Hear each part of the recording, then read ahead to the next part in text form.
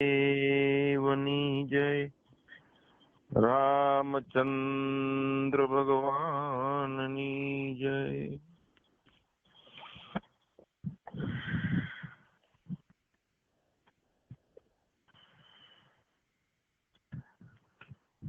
આજે આપણે ઈશ્વર અને જીવનો ભેદ, જો કે આ ભેદ સમજવા અને આત્મ સાક્ષાત્કાર થવો એના માટે કોઈ 1-2-4 પ્રવચનોથી કામ ચાલતું નથી. ઘણા બધા પ્રવચન સાંભળે, કયા ટાઈમે કયું આવરણ તૂટે અને કયો વિક્ષેપનો ભાવ દૂર થાય એનું કોઈ નક્કી હોતું નથી. પણ ઈશ્વર અને જીવના ભેદ વિશે વ્યવસ્થિત વિવેચન આપણે લેશું. પણ એ પહેલા આપણે બધા આપણા ઇન્દ્રિયો અને ઇન્દ્રિયોના વિષયો સાથેનો સંબંધ અને એમાં જીવાત્મા જે મસ્તીનો અનુભવ કરે છે, વસ્તુ દ્વારા મળતું સુખ, એની મસ્તી જે આનંદથી અનુભવે છે જીવાત્મા અને સુખી થાય છે, અને જ્યારે સંજોગો વિપરીત હોય એટલે જીવાત્મા દુખી થાય છે. તો એટલા માટે સુખ ટેમ્પરરી જાય અને કાયમ આનંદની પ્રાપ્તિ થાય. અને જેટલા ઇન્દ્રિયો દ્વારા મળતા સુખો, વિષયોના સંજોગથી મળતા સુખો અને દુઃખો, તો એ દુઃખોનું નિવારણ કરવાનું, બધા પ્રકારના દુઃખોનું.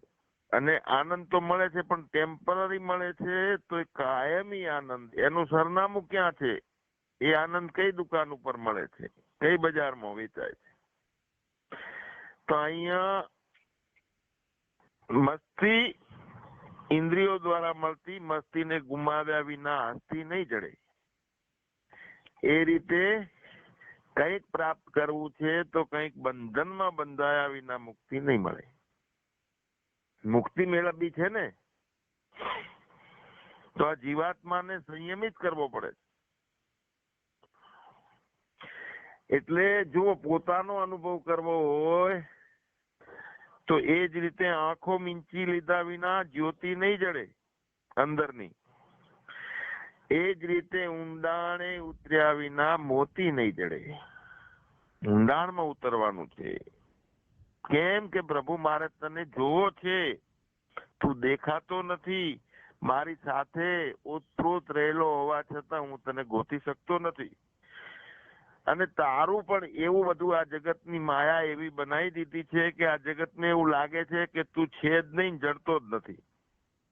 કેમ કે પડદાની પાછળ રહેલો છે ને હું તો ફક્ત પડદાને જોયા કરું છું. તું પડદાની અંદર રહેલો છે, ઇન્દ્રિયોની અંદર રહેલો છે, મનની અંદર રહેલો છે, બુદ્ધિની અંદર રહેલો છે. પણ હું તો બુદ્ધિ છે, બુદ્ધિને જોયા કરું, મનને જોયા કરું, ઇન્દ્રિયોને જોયા કરું, વિષયોનું સુખ માણ્યા કરું છું. અને તું પડદામાં રહેલો હોવા છતાં હું તો ખાલી પડદો જોયા કરું છું ને તું મને દેખાતો નથી. શું કરવું મારે? આ ઉપાધિ ક્યાં જઈને કેવી? ક્યાં સુધી હું ભક્તિ કરું, તપ કરું, ઉપાસના કરું, ગુફાઓમાં બેહી જઉં, પણ નિશાસો નાખું છું કારણ કે તું મને જડતો નથી. અને આવું દુઃખ મારું તું ના જડવાનું જે અત્યંતિક દુઃખ છે તે ક્યાં સુધી મારે સહન કરવાનું? અને જીવ મુમુક્ષુ બની, ગાંડો બની, પાગલ બની અને એમાં હવાથી મારે છે. અને ગોતવા માટે, એ સુખને ગોતવા માટે શું કરવું પડે, શું ના કરવું પડે, બધું કરવા તૈયાર થઈ જાય છે. કેમ કે દુઃખ છે, પોતાની ભ્રાંતિ નિવારણ કરવાની છે, અજ્ઞાનને હટાવવાનું છે અને જ્ઞાન પ્રાપ્તિ કરવી છે. મરવા વાળો છું, એમાંથી અમર બનવું છે. તો એના જેવો દુખ્યો કોઈ નથી. કોને? કે જેને સુખની જરૂર, પોતાના આત્માના આનંદની જરૂર છે, આત્માને શોધવો છે અને આત્યંતિક દુઃખોમાંથી મુક્તિ કરવી છે. એના માટે એના જેવો દુખીઓ કોઈ છે નહીં. અને એ તો કહે છે કે કઈક દુખિયા એવા હશે જેને સ્વપ્ને સુખ જોયા નથી. શું કરવું? અને એમાં કઈક સુખિયા એવા હશે કે જન્મ ધરીને રોયા પણ નથી આ જન્મ લીધા પછી. કારણ કે ખાઓ પીવો મોજ કરો, લોકોને દુખી કરો, એ તમાશા જોયા કરો અને આપણું ભંડાર ભરપૂર રહે. તો આ ઈશ્વર શું છે, જીવ શું છે, એ ભેદ સમજાતો નથી. તો એ કોણ મને સમજાણે એ ભેદ? એ વિક્ષેપ વાળો હું બની ગયો છું અને એનો નિશ્ચય થઈ ગયો છે મારો, હું જીવાત્મા છું. હું જીવાત્મા છું એવો વિક્ષેપ વાળો હું બની ગયો છું. આમાંથી પાર કોણ પડે? આવા હું નો નિશ્ચય તોડી અને જે અપરિછિન્ન છે, સ્વ છે, સ્વપણું છે, પોતાનું હોવાપણું આત્માનું, એનો સાક્ષાત્કાર છે એ કેવી રીતે કરવો? પણ મનુષ્યાણામ સહસ્ત્રેષુ, હજારો લાખો મનુષ્યોમાં તો કશ્ચિત દત્તતિ સિદ્ધયે, કોઈક જ એના માટે પ્રયત્ન કરવા તૈયાર થઈ જાય છે આ શોધ કરવા માટે. યતતા મપી સિદ્ધાનામ કશ્ચિત તન્મા વેતિ તત્વતઃ, સત્ય રૂપે જાણવા માટે હજારો મનુષ્યોમાં કોઈક જ આવી સિદ્ધિ માટે પ્રયત્નો કરે છે અને સત્ય સ્વરૂપે પોતાને જાણે છે. હવે જાણવા માટે પરમાત્માની જે રચના છે, પરા પ્રકૃતિ, અપરા પ્રકૃતિ, એ પરમાત્મા ભગવાન કહે છે ભૂમિ રાપો અનલવાયુ ખમ મનો બુદ્ધિ રેવચ અહંકાર ઇતિયમ મે ભિન્ના પ્રકૃતિ અષ્ટદા. પૃથ્વી, ભૂમિર આપો અનલવાયુ, પૃથ્વી, જળ, અગ્નિ, વાયુ અને આકાશ 5 મહાભૂતની વાત કરી છે. અને મનોબુદ્ધિ રેવચ અહંકાર, ખમ મનોબુદ્ધિ રેવચ, મન, બુદ્ધિ અને અહંકાર, આ 8 છે 5 તત્વો. મન, બુદ્ધિ અને અહંકાર, આ 8 પ્રકારે વિભાગ પામેલી જે છે એ મારી પ્રકૃતિ છે. પણ કઈ પ્રકૃતિ છે? જળ પ્રકૃતિ છે. પણ બીજી મારી જીવ રૂપા જે પ્રકૃતિ છે તે ચેતન પ્રકૃતિ છે. તે તું જાણ. જીવ રૂપા પ્રકૃતિ છે તે ચેતન છે. હવે એ જીવ એ પણ ચેતન છે, ઈશ્વરે ચેતન છે, બ્રહ્મે ચેતન છે. તો દુઃખ કેમ પેઠું જીવાત્મામાં? હું કેમ જીવડો બની ગયો? ભ્રાંતિના કારણે. કેવી ભ્રાંતિ થઈ? છીપમાં ચાંદી દેખાય છે, છીપ દેખાતી નથી. છીપના સદગુણો જે છે એ પણ દેખાતા નથી. છીપમાં નીચેના ભાગમાં આસમાની રંગ હોય છે, ઉદો, અલ્ટ્રા બ્લુ, ગળી જેવો રંગ. અને એનો ઘાટ આકાર છીપનો એવો હોય છે કે ત્રિકોણ ટાઈપનો. ત્રિકોણનો ઉભો ભાગ જે છે ઉપસતો ભાગ ઉપર હોય છે, ઢાળ વાળો ભાગ હોય. એટલે ઢાળ વાળો ભાગ આવે એટલે ચમકે છે છીપ. તો ઉદુ જે છે એ ચમકની અંદર લય થઈ જાય છે, રૂપુ તરીકે, ચાંદી તરીકે એનું દર્શન થઈ જાય છીપનું આપણને. નીચેના ભાગ આસમાની છે. અને જેમ બે હથેળીના આગળ ભેગા કરો અને ઢાળ પડે છે એ રીતનો ત્રિકોણ આકાર થાય છે, છીપનો હોય છે. તો એમાં ત્રિકોણપણું અને આસમાનીપણું બંને દેખાતા બંધ થઈ જાય છે. અને એની ચમકના કારણે એટલું ચાંદી દેખાય છે છીપમાં. કલ્પિત છે ચાંદી છે, તે ચાંદી છે નહીં. પણ છીપના જે ગુણો છે, આસમાનીપણું અને ત્રિકોણપણું, એ તિરોધાન પામેલું છે, લય થઈ જાય છે ભ્રાંતિથી. ભ્રાંતિથી એ એનું છીપપણું ખલાસ થઈ જાય છે અને ચાંદીપણું અંદર દાખલ થઈ જાય છે. એ રીતે હુંમાં પણ અધિષ્ઠાન કલ્પિત આત્મા છે, અરે આત્મા પોતે અધિષ્ઠાન છે, કુટસ્થ છે, એની અંદર કલ્પિત જીવાત્મા હું એનો અધ્યાસ થાય છે અને ભ્રાંતિથી જે હું જીવાત્મા છું, સુખી દુખી થઉં છું, જન્મ મરણ મારે છે, ભૂખ્યો તરસો હું બનું છું, આવા જળના ગુણધર્મો છે, બધા ધર્મો છે પોતે આરોપિત કરી નાખ્યા છે પોતાનામાં.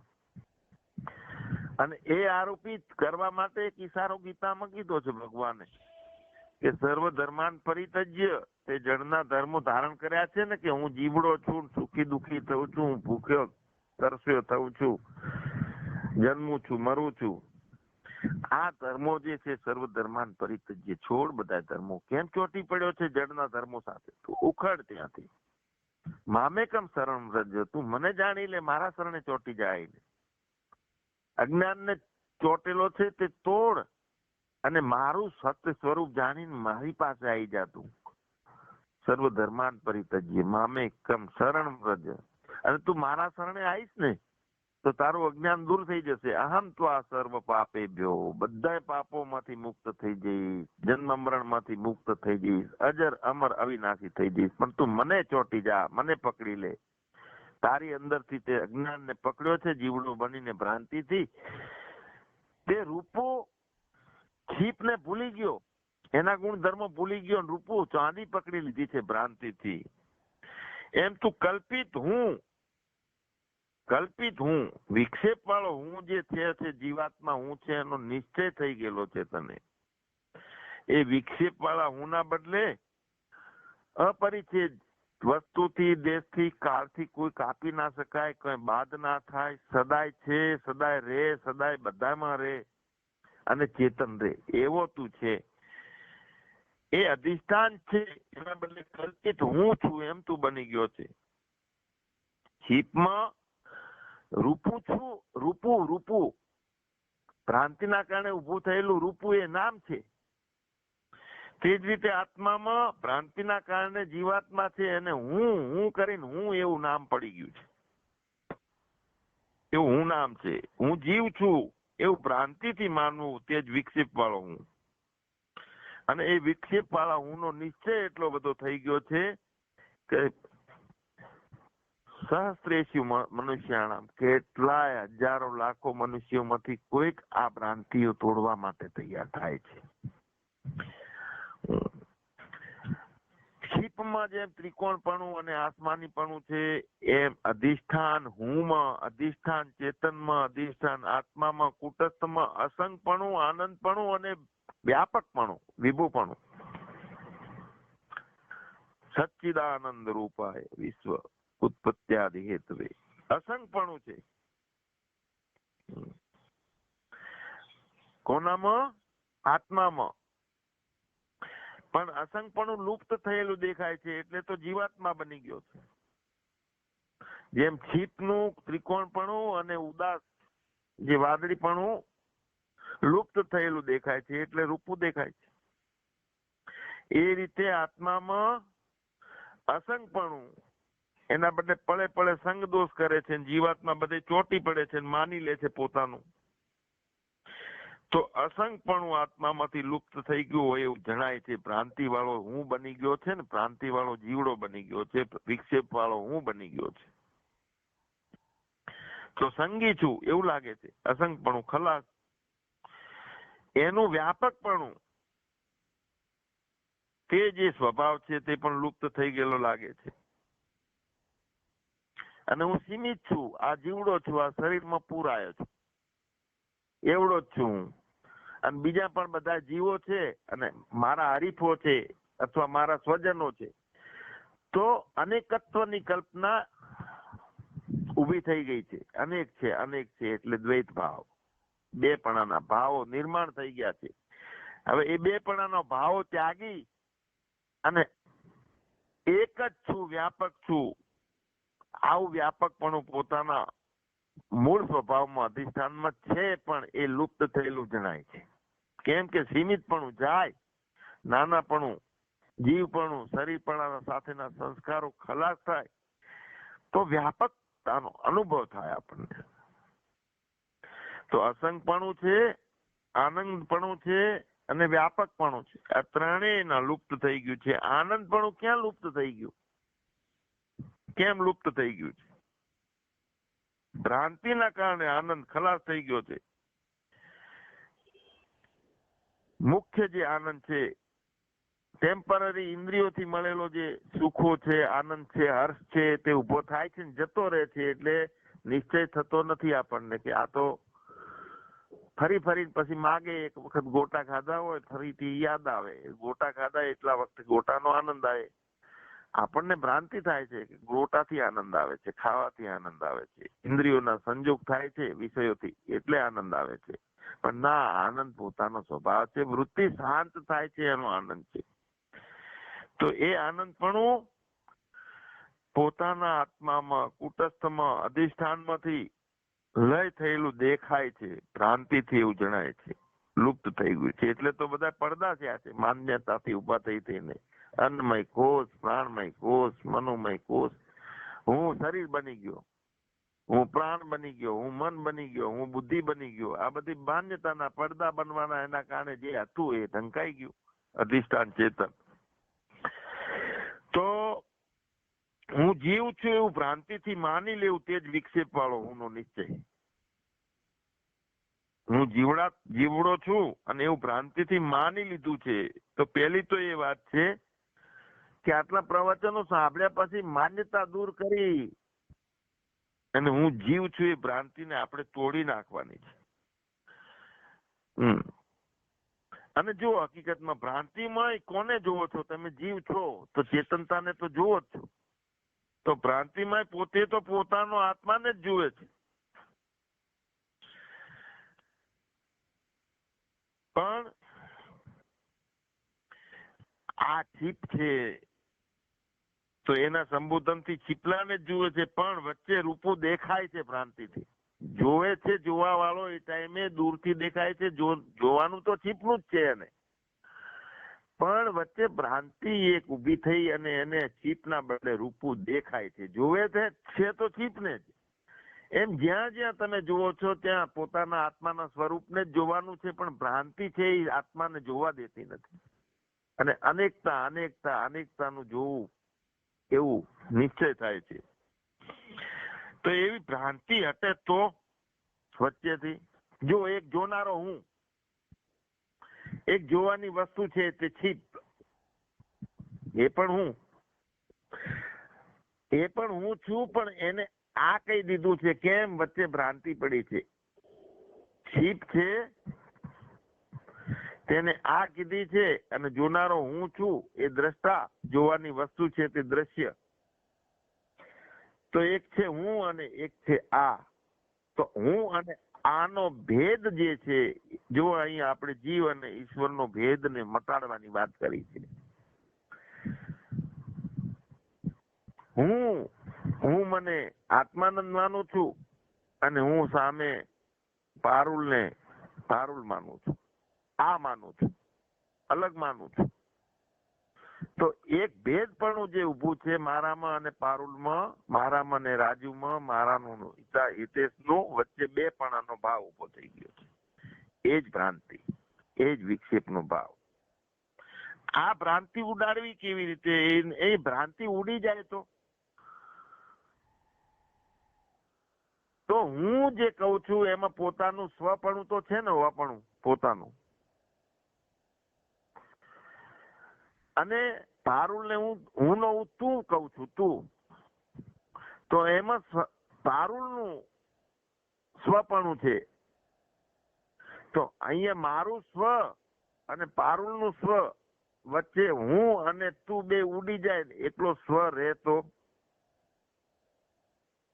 બે નથી. પછી સ્વ એક જ છે, વ્યાપક છે, તે ઈશ્વર. સ્વયંપણું અને હુંપણું, પોતાનું સ્વયંપણું અને હુંપણાની અંદર હું, તું અને તે ત્રણ આવે. મારા સિવાય જો મારું સાક્ષાત પોતાનું ચેતન જે આત્મા છું તે પોતાનું સ્વયંપણું છે. અને એની અંદર બીજાની કલ્પિત તું કહું છું કે તું અથવા તે અથવા હું તું તે. તો સ્વયંપણાની અંદર એક હુંપણું છે, અજ્ઞાન વાળું, વિક્ષેપ વાળું. એક તુંપણું છે, બીજાના ભાવ દેખાય છે તે, અને બીજા વસ્તુ અને પદાર્થો નોખા દેખાય છે તે પણ. તો એક હું છું, એ વિક્ષેપ વાળો હું જીવ, તું છે એને વિક્ષેપ વાળા તું ને કલ્પ્યો એ જીવ, અને તે છે પદાર્થો છે. તો ત્રણેય વિભાગીકરણ થયું.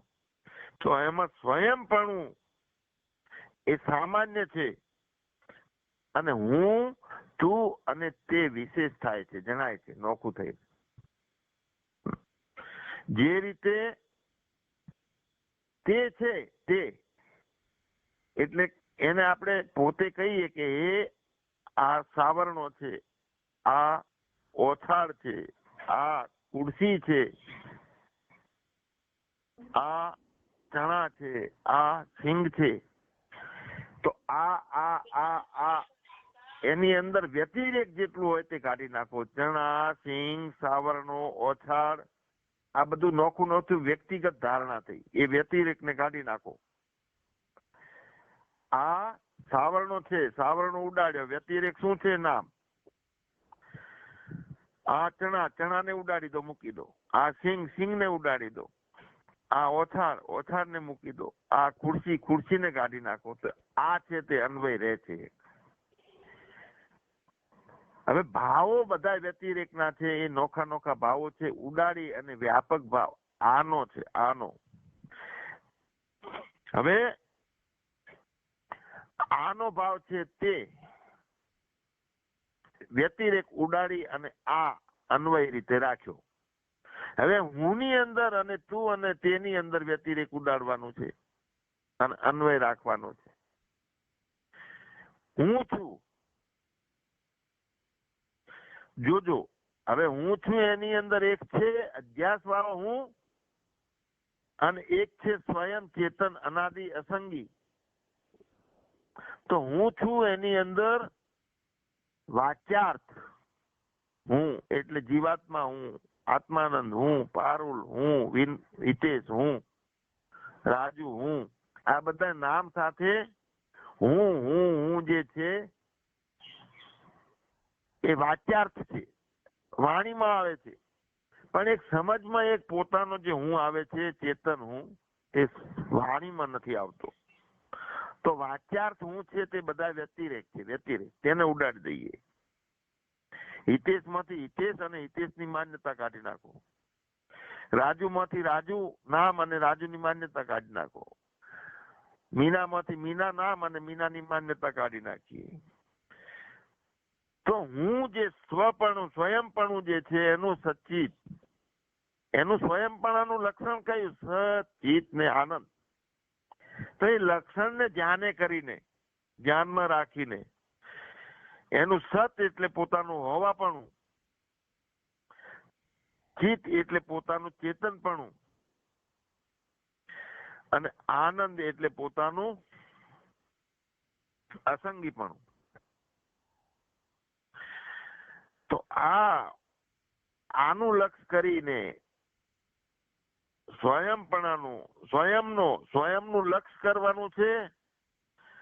અને વિક્ષેપથી ઊભો થયેલો હું છે એનો વાચ્યાર્થમાં જે આવે છે, વાણીમાં આવે છે, વ્યતિરેક કરે છે, નોખા નોખા ભાવો ઉભા કરે છે. મીના નોખી છે, હિતેશ નોખો છે, આત્માનંદ નોખા છે, ખુરશી નોખી છે, ચણા નોખા છે. વ્યતિરેક ભાવ કરે છે, એ મિથ્યા છે એટલે ઉડી જાય. અને સત એટલે કાયમ રહેવા વાળો હું, જે પોતાનો સ્વયંપણું, સત એટલે અનાદિ, જેની આદિ થઈ નથી, એનો અંત થવાનો નથી, કાયમ રહે છે, એનું નામ સત. તો એ લક્ષાર્થ વાળો સત તે હું. વાચ્યાર્થમાં હું મીના, હું આત્માનંદ, હું હિતેશ આવે છે તે બધાય વ્યતિરેક છે, અન્વય નથી. તો એનું સ્વયંપણું એની અંદર હું પણ તો સ્વયંપણું બધે સામાન્ય છે, એક જ છે, અનાદિ છે. પણ વિક્ષેપ ભાવથી થયેલું હું પણ, તું પણ અને તે પણ, એ ત્રણે જાય વિક્ષેપથી ઊભું થયેલું છે. સ્વનું સ્વરૂપ જોયો ઈશ્વર. સત એટલે સદાય હયાતી આપણી. ચિત એટલે સદાય પ્રકાશક, જે જડ નથી તે હું. દીવો છું, પ્રગટ છું તે હું. અને આનંદ એટલે અપરિચ્છેદ છે, જે અકાટ્ય છે, સ્વસંવેદ છે, પોતાનાથી પોતાને જાણી શકે છે, બીજાનો આધાર લેવો પડતો નથી, તે આનંદ. અપરિચ્છેદ, અકાટ્ય, સ્વસંવેદ એટલે તો શિવોહમ કહીએ છીએ આપણે. અને વ્યાપક બ્રહ્મત્વ હોય ત્યાં સર્વોહમ. તો સ્વનું સ્વરૂપ જે છે તે જ સ્વરૂપ, તે જ કુટસ્થનું છે, તે જ હું સ્વયં અજ્ઞાની બની ગયો છે વચ્ચે. જો વિક્ષેપનો એક ભ્રાંતિનો ભાવ આવ્યો છે, જે સચ્ચિદ ને આનંદ સ્વરૂપે હું છું, એના બદલે હું કરતા, ભોગતા અને જ્ઞાતા દ્રષ્ટા આવો હું બની ગયો છું, અજ્ઞાની. વચ્ચે માયાનો ખેલ છે, ભ્રાંતિ, વિક્ષેપ ભાવ ઉભો કર્યો છે માયાએ, અલગ અલગ પણ દેખાવું. તો હું છું, તું છે, તે છે. તો છું માંથી છું, જોજો, છું માંથી છું, છે માંથી છે, બંને ઉડાડી દઈ એને જુઓ સાક્ષાત બ્રહ્મ રે. છું માંથી વાચ્યાર્થમાં આવતો છું ઉડી જાય. જ્યાં અધ્યસ્ત થતો હોય તે છું ઉડી જાય. છે માંથી છે ઉડી જાય. કોણ રે? સાક્ષાત બ્રહ્મ રે. અને મૌન રે. કેવો મૌન? ચેતન પ્રકાશક, સત રૂપે સદાય, ચિત રૂપે ચેતન પ્રકાશક, આનંદ રૂપે અપરિચ્છેદ, સચ્ચિદાનંદ રૂપાય. એ મારું સ્વરૂપ છે. ત્યાં તું છે તે જાય, તે છે તે જાય, હું, તું, તે, છું, છે, બધું જાય. શબ્દો વાચ્યાર્થમાં આવે, વાણીમાં આવે. અંદર કોણ છું? વ્યાપક છું, અસંગી છું, અનાદિ છું, સચ્ચિદાનંદ રૂપ છું, એવો હું આત્મા છું. જ્યાં ભ્રાંતિ લાગી છે, પ્રાણ સાથે જીવે છે, મનની સાથે જીવે છે, ઇન્દ્રિયોના સુખ દુઃખો માથે લે છે, તે જીવ છે. એમાંથી સંગીપણું હટાવી દઈએ. ઇન્દ્રિયોનો સાથ, માન્યતાઓનો સાથ, કલ્પનાઓનો સાથ, બધા સાથો જે કાંઈ વાણીમાં આવે છે, વિચારમાં આવે છે, અધ્યાસમાં થાય છે, બધું ઉડાડી દઈએ, ફેંકી દો. એ તમે બનેલા જીવડા, તે તમે કોણ છો ખબર છે? તમે કોણ જાણી લો. તમે કરતાપણું, ભોગતાપણું, હોવાપણું, અનુભવવાપણું બધું ખલાસ કરી અને પોતે સચ્ચિદ આનંદ એવા પ્રકાશક છીએ. ત્યાં ઈશ્વર ઈશ્વર નથી રહેતો, જીવ જીવ નથી રહેતો, ચેતન ચેતન નથી રહેતો. અને મૌન, બોલવાનું બંધ. જાણી લો પોતે પોતાને. સદગુરુ દેવની જય.